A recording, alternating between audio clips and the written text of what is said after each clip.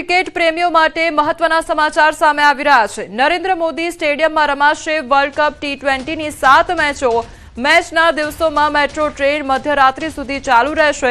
મોડી રાત્રે 12:30 વાગ્યા સુધી સુવિધા મળશે। તો ડે નાઇટ મેચો માટે મેટ્રો તંત્ર દ્વારા મહત્વનો નિર્ણય લેવામાં આવ્યો છે। ક્રિકેટ ચાહકોને મુસાફરી માટે હવે નહીં પડે તકલીફ। તો સ્ટેડિયમથી સીધી મેટ્રો મુસાફરીનો લાભ મેળવી શકશે હજારો ચાહકો।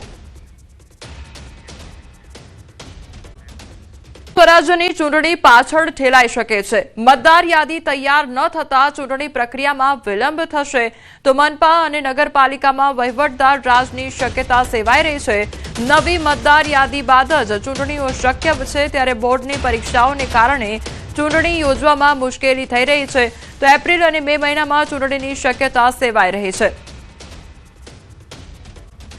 અને રોજગાર વિભાગની મોટી તૈયારી હાથ ધરવામાં આવી છે। શ્રમિકોની અકસ્માત સહાયમાં વધારો કરવામાં આવશે। બજેટ સત્રમાં અકસ્માત વીમા યોજનામાં સુધારો કરવામાં આવશે। 5 લાખનું વળતર આપવાનું આયોજન કરવામાં આવ્યું છે। વિવિધ બોર્ડની સહાયમાં સમાનતા 18 ફેબ્રુઆરીએ બજેટ બાદ આ અંગેની જાહેરાત પણ થશે। તો બજેટમાં આ અંગેનો સુધારો લાવવામાં આવી શકે છે। તો વિવિધ બોર્ડની સહાયમાં સમાનતા જોવા મળશે અને 18 ફેબ્રુઆરીએ બજેટ બાદ આ અંગેની જાહેરાત પણ થઈ શકે છે।